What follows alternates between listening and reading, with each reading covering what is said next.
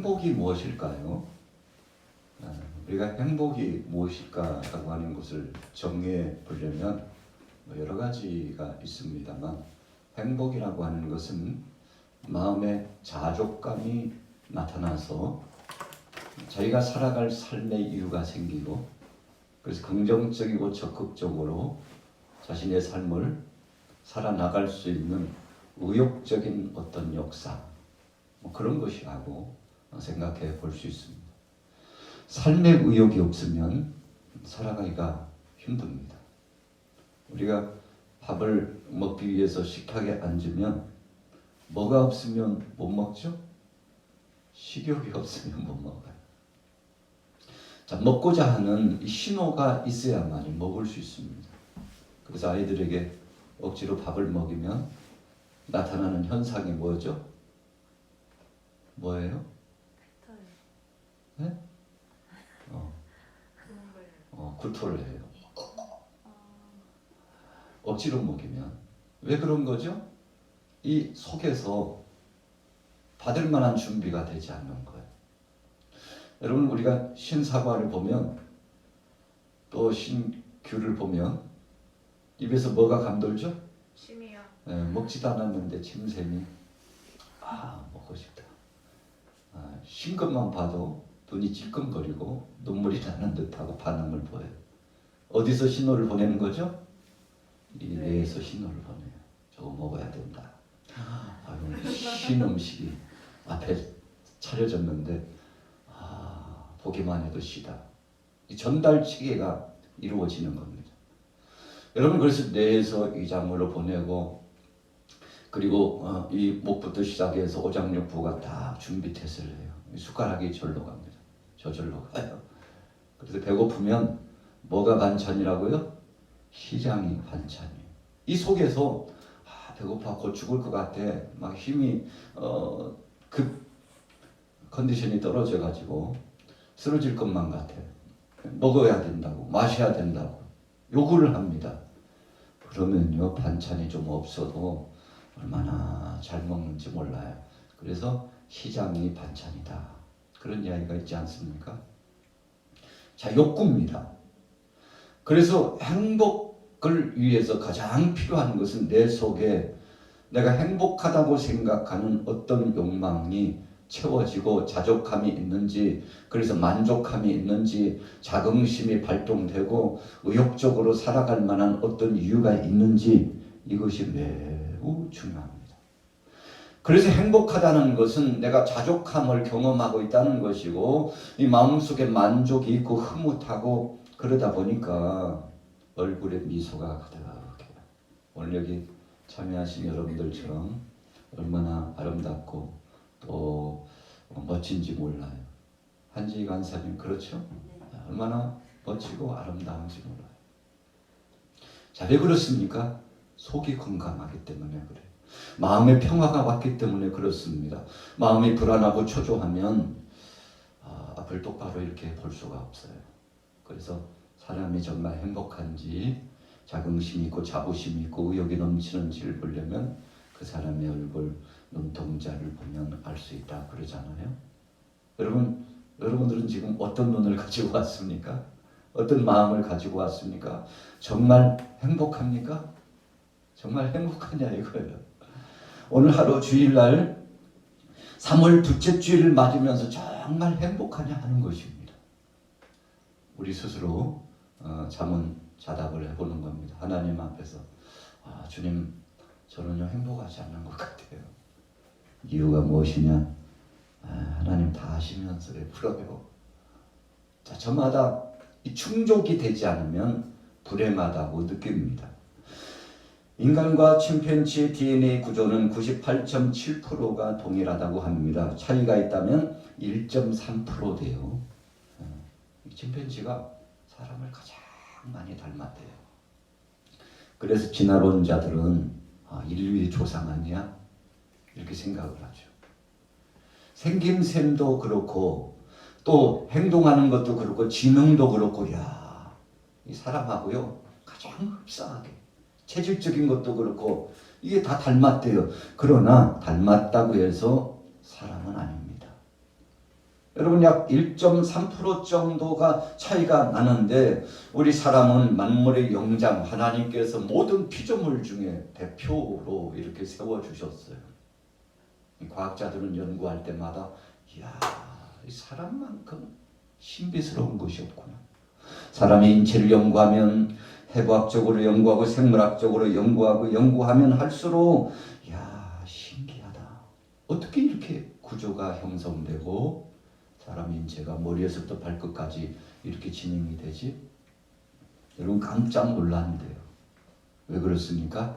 하나님이 사람을 귀하게 여기셨기 때문에 하나님의 거룩한 형상과 모양을 닮아서 창조하셨기 때문에 우리 사람들은 위대한 겁니다. 하나님 다음으로 으뜸이에요.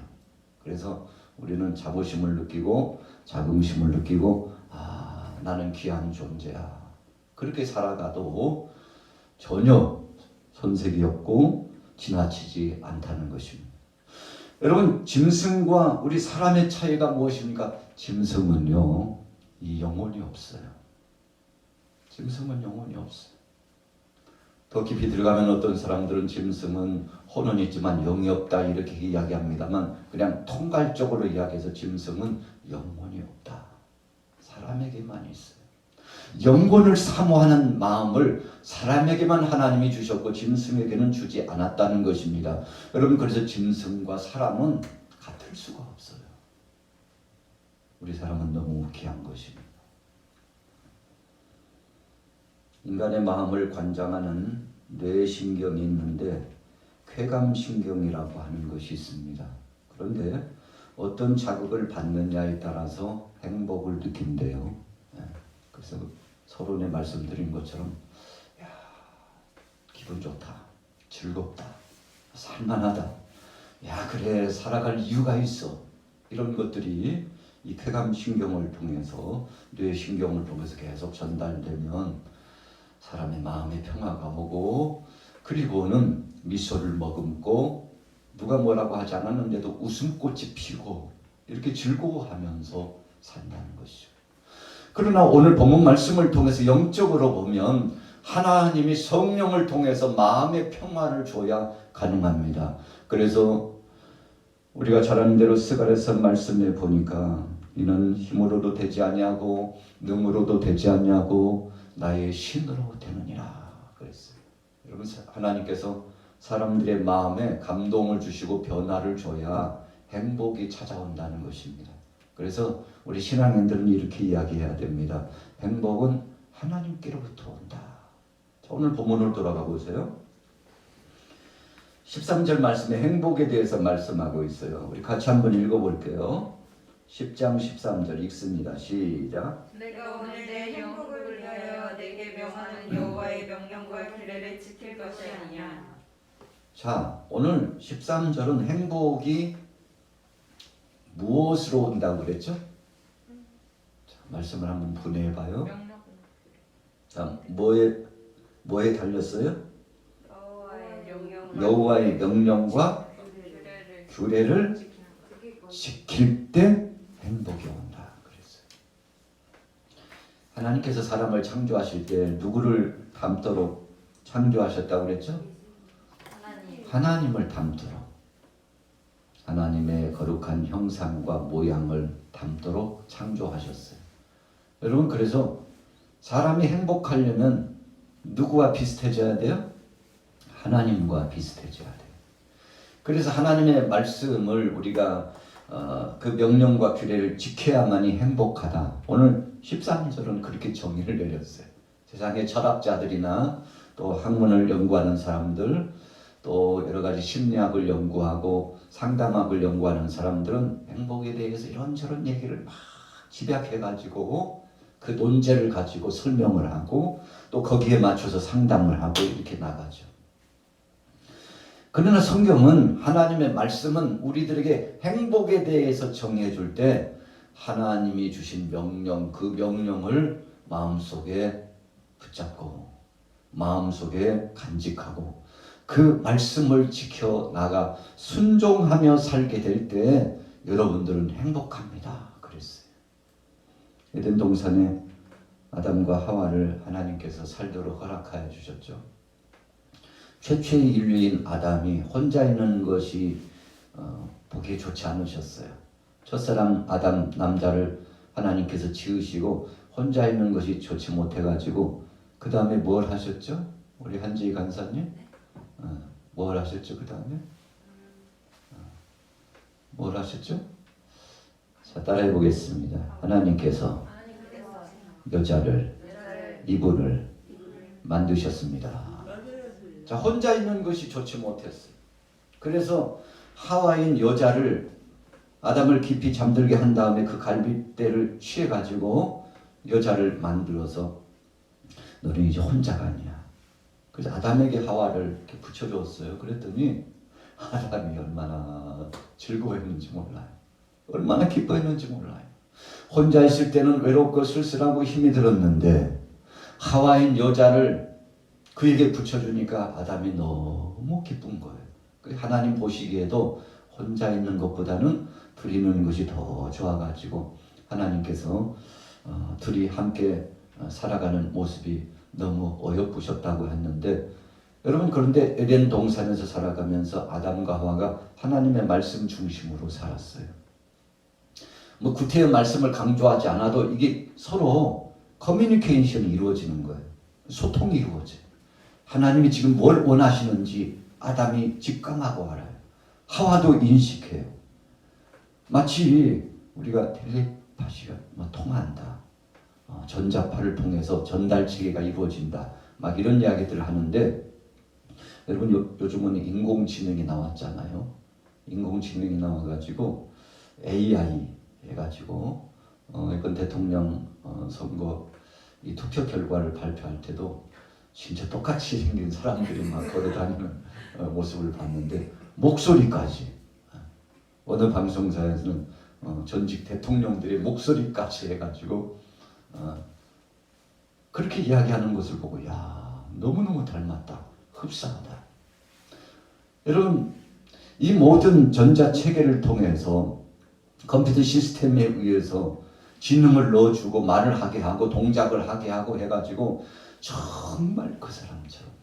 그래서 요즘 뜨는 가수들 중에요, 유명 가수들도 있지만 AI 인공지능이 있어가지고 진짜 사람처럼 노래를 하고 또 이 모션을 보여가지고 또 그것을요 팬클럽을 만들어가지고 막 추앙하고 그렇게 되어간다고 그러지 않습니까? 진짜 사람이 아닌데 사람으로 생각한대요.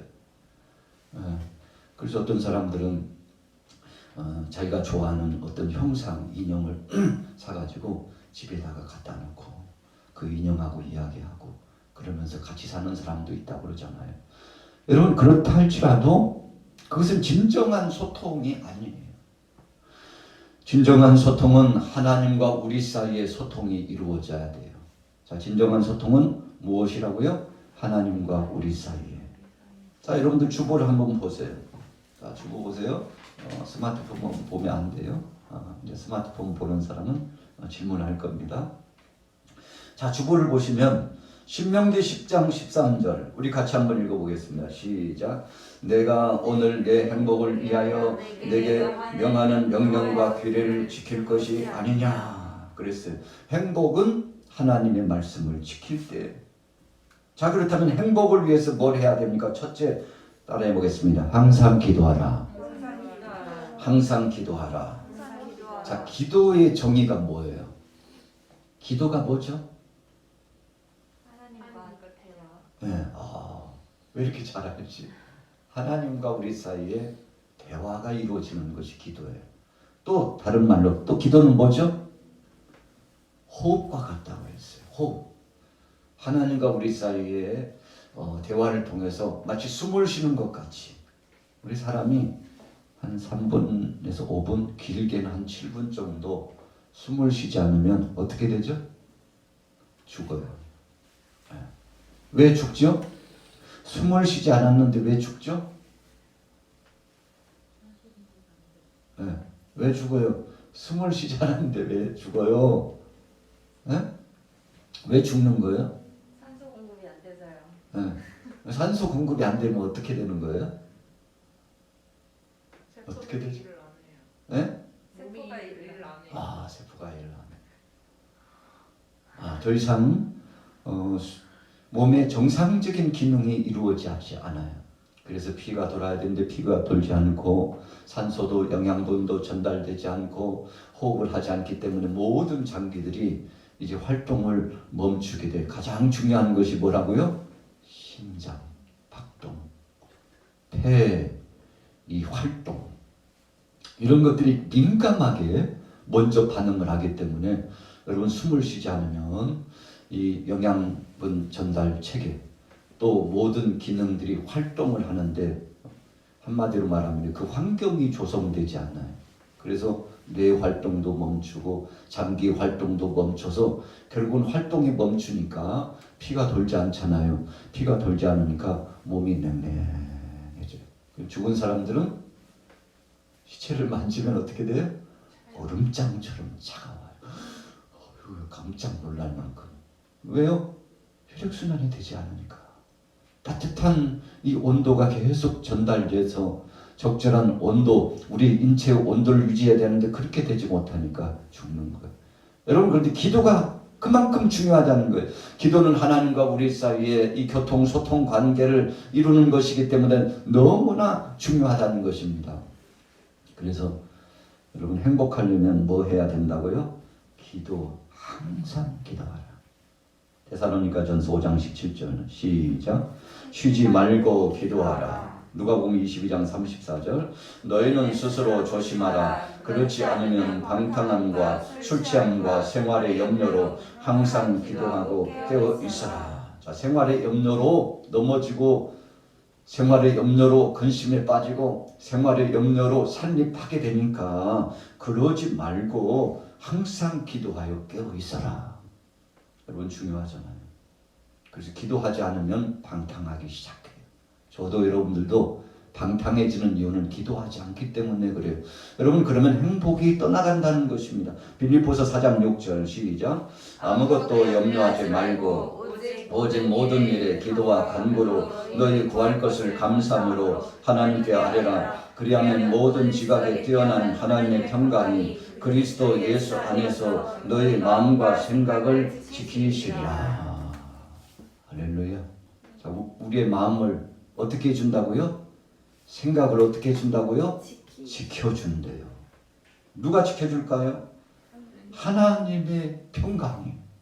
하나님이 성령을 통해서 평화를 주셔요. 누구에게요? 기도하는 사람에게. 여러분 그래서 평화는 내가 어디서 가져다가 놓는 것이 아니라 누가 주시는 거예요? 하나님께서 이로부터 내려주시는 거예요. 무엇을 통해서? 기도를 통해서. 아주 중요합니다. 그래서 여러분들이 기도를 해야 돼요. 오늘도 성전에 나와서 여러분들 기도했잖아요. 또 말씀을 받으면 합심해서 기도하잖아요. 기도 생활이 이렇게 중요한 겁니다. 그래서 기도 생활은 호흡하는 것과 같다. 대화하는 것과 같다. 그러지 않습니까? 누가복음 18장 1절 시작. 불의한 재판관이 말하는 것을 들으라. 하나님께서 밤낮 부르짖는 하나님의 택하신 백성들의 간청을 듣지 않으시고 오래 미루시겠느냐.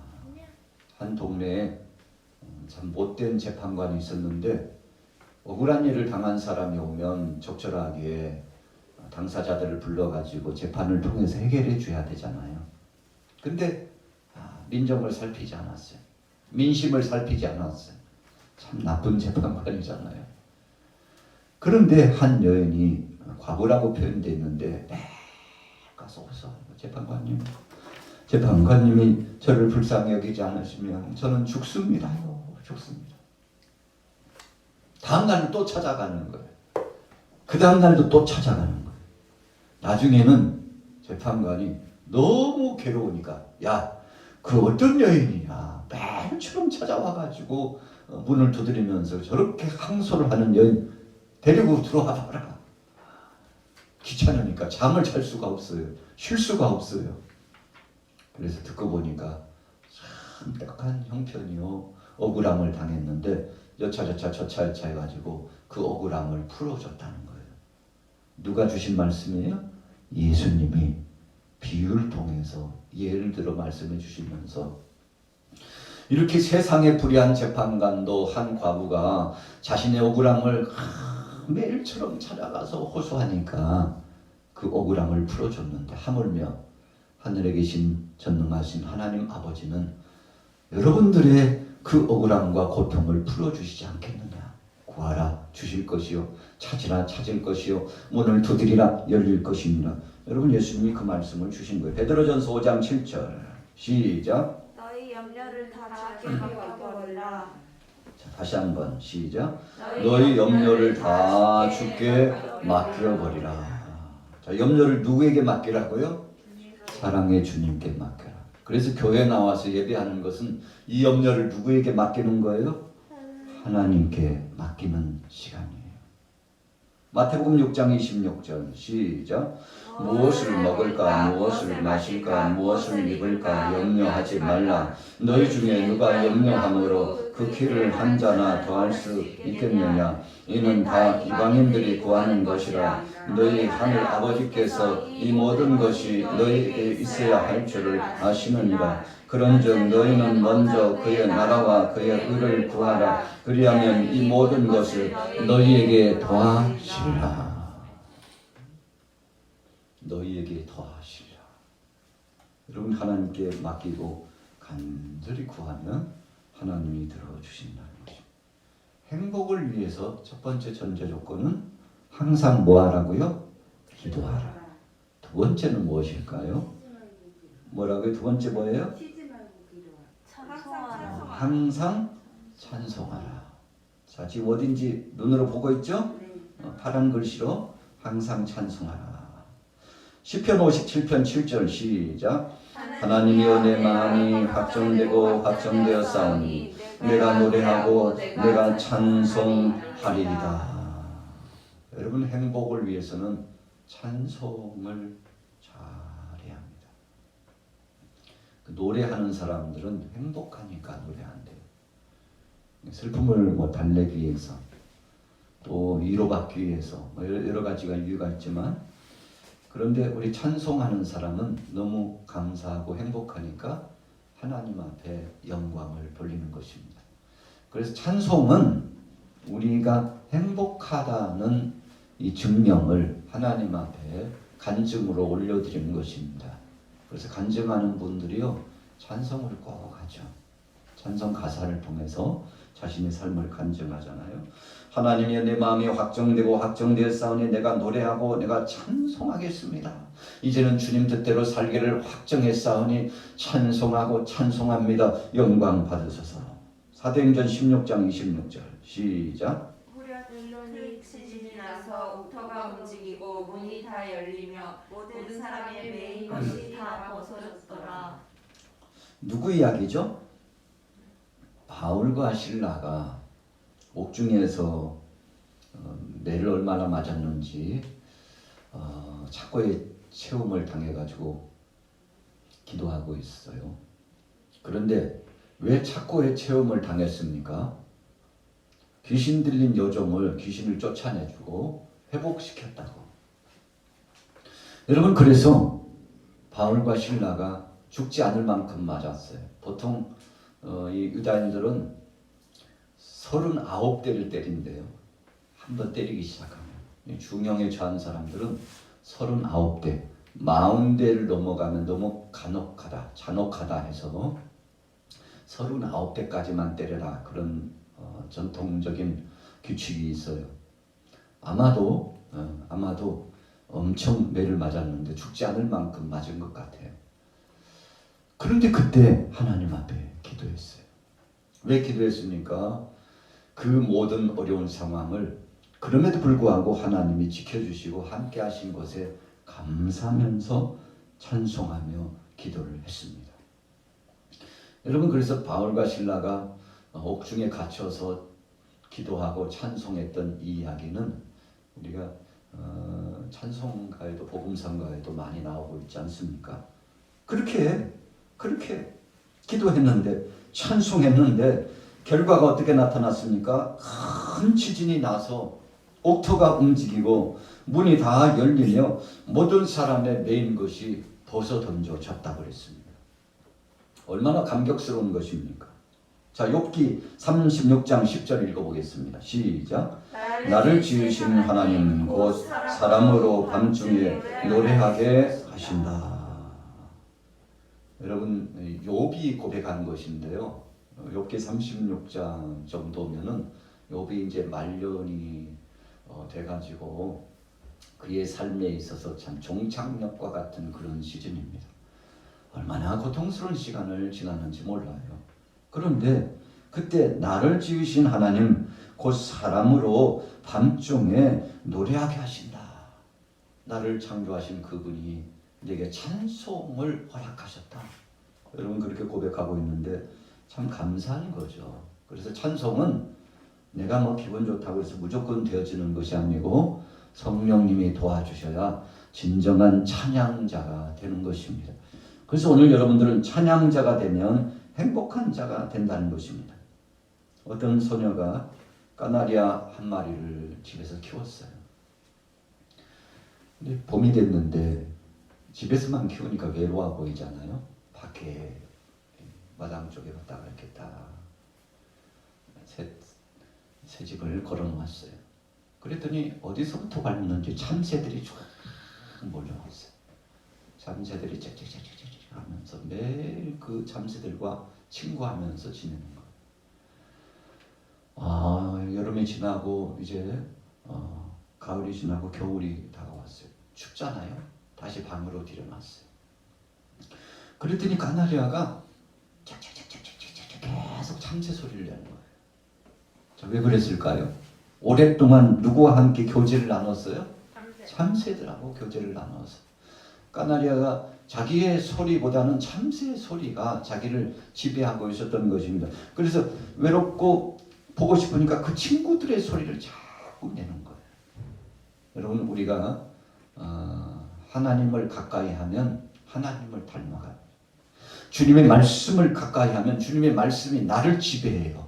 정신을 지배하고 마음을 지배합니다. 여러분 그래서 내가 늘 무슨 말을 하느냐, 무슨 생각을 갖고 있느냐, 또 무슨 행동을 하느냐, 여러분 그 사람의 말을 보고 행동을 보고 그 삶을 보면 저 사람이 뭐에 빠져 있구나. 여러분 귀신이 좋아하고 사탄이 좋아하는 것을 자꾸만 행위적으로 말로 그렇게 표하면요 사탄을 닮아가는 거예요. 악한 것을 닮아가는 거예요. 그런 세상의 풍속과 세상의 것들을 늘 즐겨하고 그것에 가까이 하고 있기 때문에 그것이 자기도 모르는 사이에 돌출되는 것입니다. 오늘 여러분들은 하나님을 가까이 하시기를 축복합니다. 여러분 그래서 찬송은 우리 안에 있는 가장 좋은 것을 표출하는 것입니다. 그래서 우리가 원문으로 보면 사람을 안드로포스 그래요. 이를 바라보면서 사는 존재다 그런 뜻입니다. 그래서 우리는 찬송을 하면 행복이 찾아옵니다. 그래서 성령님 내가 찬송하며 살게 하옵소서 그런 마음을 가지시기 바랍니다.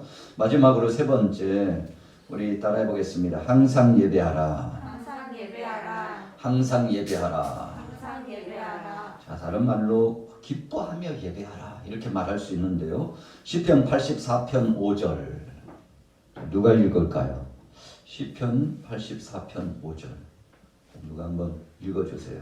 주께 힘을 얻고 그 마음에 시온의 재로가 있는 자는 복이 있나니 저희는 눈물의 골짜기로 통행할 때 그곳으로 많은 셈이 되게 하며 이른 비도 은색에 입히나이다. 자, 주님 안에 힘을 얻어요. 예배하는 자에게 주님이 힘을 주신다는 것입니다. 시편 95편 6절 시작. 오라 우리가 굽혀 경배하며 우리를 지으신 여호와 앞에 무릎을 꿇자. 자, 누구 앞에 경배해요? 하나님 앞에 나가서 경배하고 그분 앞에 영광을 돌리자라는 것입니다. 사무엘하 6장 14절 시작. 다윗이 여호와 앞에서 힘을 다하여 춤을 추는데 시편 30편 11절 시작. 주께서 나의 슬픔을 변하여 춤이 되게 하시며 나의 베옷을 벗기고 기쁨으로 띠띠우셨나이다. 사무엘하 6장 14절의 이 다윗의 이야기는 아주 유명하잖아요.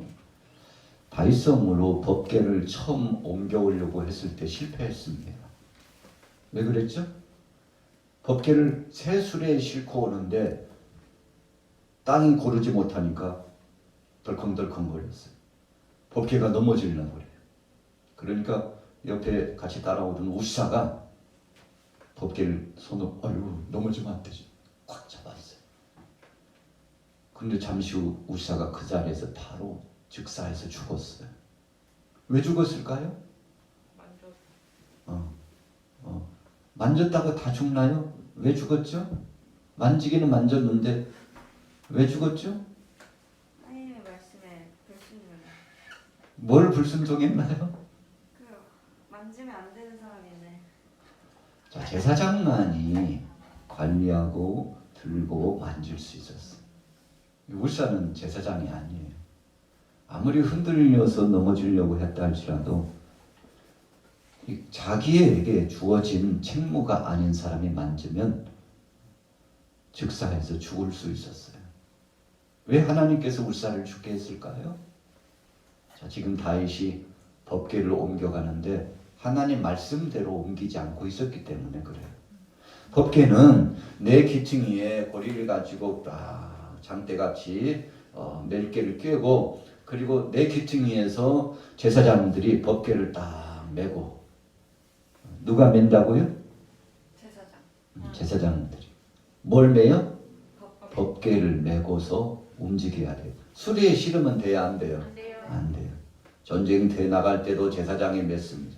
요단강을 건널 때도 제사장들이 먼저 법궤를 딱 메고 앞에 진군에서 쫙 들어가서 제사장들의 발이 첫 발을 딱 내디드니까 요단강 물이 어떻게 됐어요? 그 넘실거리던 물이 쫙 길이 열렸어요.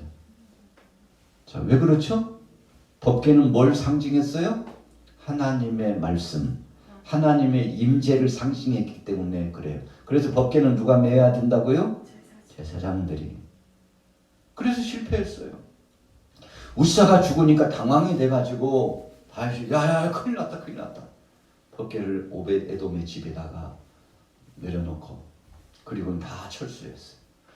그런데 오벳 에돔의 집에 법궤가 석 달 동안 있었는데 이 집에 하나님이 복을 주시는데 하나님께서 엄청난 복을 이 가정에 오벳 에돔의 집에 복을 내려주셔서 사람들이 깜짝 놀랐어요. 이 소문을 누가 들었어요? 다윗이 들었어요. 아니 이상하네. 법궤는 사람들에게 저주가 나타나고 법궤는 불행의 역사인 줄로 생각했는데 오벳 에돔의 집에 석 달 동안 법궤가 있는 동안에 하나님이 가축에게도 복을 주시고 자녀들에게도 복을 주시고 이래저래 다 창대하게 해주시니까 깜짝 놀래가지고 야 우리가 뭐가 문제였느냐? 왕이여 아뢰옵기는 황송하옵니다만 지난번에 방법이 잘못됐습니다. 하나님 말씀대로 법궤를 제사장들이 메고 하나님 말씀대로 옮겨와야 됨에도 불구하고 왕께서 폼나게 빵빠레를 울리고 군사를 동원하고 악대를 동원하고 새 수레에다가 폼나게 옮기려고 했기 때문에 그것은 하나님의 영광을 가린 것이요 왕의 권위를 드러내고자 하는 욕심이었던 것이기에 하나님께서 기뻐하시지 않은 줄로 알아요. 다윗이 깨달았어요. 그렇지. 하나님 말씀대로 하지 않았구나. 그래서 이제 다시 진행할 때는 오벳에돔의 집에서 법궤를 옮겨올 때 하나님 말씀대로 제사장들로 하여금 법궤를 메고 그리고 형식보다는 진심을 담아가지고 다윗성을 쫙 예루살렘으로 들어오게 되는데 아무런 변고도 생기지 않았어요. 그런데 성령께서 다윗의 마음에 기쁨을 주셨어요. 그래가지고 얼마나 감격이 넘치는지 다윗이 막 왕 겉옷을 벗고 속 배옷만 입고서 춤을 추기 시작하는데 그 배옷이 막 내려가는 줄도 모르고 막 춤을 췄다고 그랬어요. 얼마나 기쁜지. 이 마음이 무슨 기쁨이에요? 따라해 보겠습니다. 하나님이. 여러분 그러니까 다윗이 왕들은요 겉에다가 왕복을 입고 왕복을 벗으면 또 속옷이 있어요. 이 이중적인 속에 있는 이 배옷이 내려가도 속에는 입을 거 다 입었어요. 그러나 너무 많이 드러나니까 수치스럽잖아요. 그 미갈이 멀리서 자기 부인 미갈이 보고서 막 웃으면서 막 그냥 입에 담지 못할 욕을 했어요. 아유, 제 양반 그냥 노망을 그냥 아니 저 꼴이 뭐야 도대체. 근데 그 소리를 하나님이 들으셨어요. 그래서 나중에는 미갈이 무자하게 되잖아요. 자식이 없어요. 왜요? 하나님이 영광을 받으시는 찬양의 시간이고 다윗이 기쁨으로 하나님 앞에 올려드렸는데 그것을 막 비웃고 다윗을 조롱하고 아유 저 양반 미쳤어. 아니 저기 아이고 그냥 저런 짓을 하고 그냥 심한 말로 하면 거시기까지 하냐고 막 이렇게 하나님이 다 들으셨어요. 미갈이 그 잘못 말한 것 때문에 저주를 받잖아요. 다윗은 기쁨으로 하나님 앞에 춤을 추어서 영광 돌리니까 하나님의 영광을 받으시고 다윗에게는 복을 주셨죠. 여러분 그래서 이 말씀은 아주 유명한 말씀이에요. 사무엘하 6장 14절 다시 한번 읽어보겠습니다. 시작. 다윗이 여호와 앞에서 힘을 다하여 춤을 추는데 힘을 다하여. 그래서 우리가 찬송할 때 손을 올리고 춤을 추면서 이렇게 찬송을 하는 거 이것은요 하나님이 받기에 합당하신 거예요. 그래서 어떤 사람들은 앉아서 하기에는 그래서 일어나가지고 손을 들고서 하나님을 찬양하고 경배하잖아요. 그래서 다윗처럼 춤을 추면서 바로 이 말씀을 인용한 겁니다. 다윗처럼 춤을 추면서 하나님 앞에 진심으로 영광 돌리면 그 속에 뭐가 찾아온다고요? 행복이. 진정한 예배자였어요. 하나님이여 법궤를 예루살렘으로 옮겨오는데 이것은 하나님의 임재의 상징이요 하나님이 받으시길 원합니다. 그랬다는 것입니다. 시편 30편 11절에 주께서 나의 슬픔을 변하여 춤이 되게 하시며 나의 베옷을 벗기고 기쁨으로 띠띠우셨나이다. 히브리서 4장 12절 같이 시작. 하나님의 말씀은 살았고 운동력이 있어 좌우의 발성부터 전보다도 예리하여 홍과 영과 간절과 불수를 질러 쫓기기까지 하며 또 마음과 생각과 뜻을 판단하나니 구성경에는 감찰하시나니. 여러분 하나님께서 다 보고 계십니다. 오늘 행복의 필수 조건 첫째는 항상 기도하라. 둘째는 항상 찬송하라. 셋째는 항상 기뻐하며 예배하라. 오늘 여러분들에게 행복이 충만하시고 여러분들 지금 방금 읽었던 성경 구절은 여러분들이 성경책에다가 집에 가서 주고 이렇게 딱 꽂아가지고 가지고 가셔서 성경책에다가 다 줄 한번 치세요. 알았죠? 네. 줄 치시고 계속 묵상하시고 기도하겠습니다.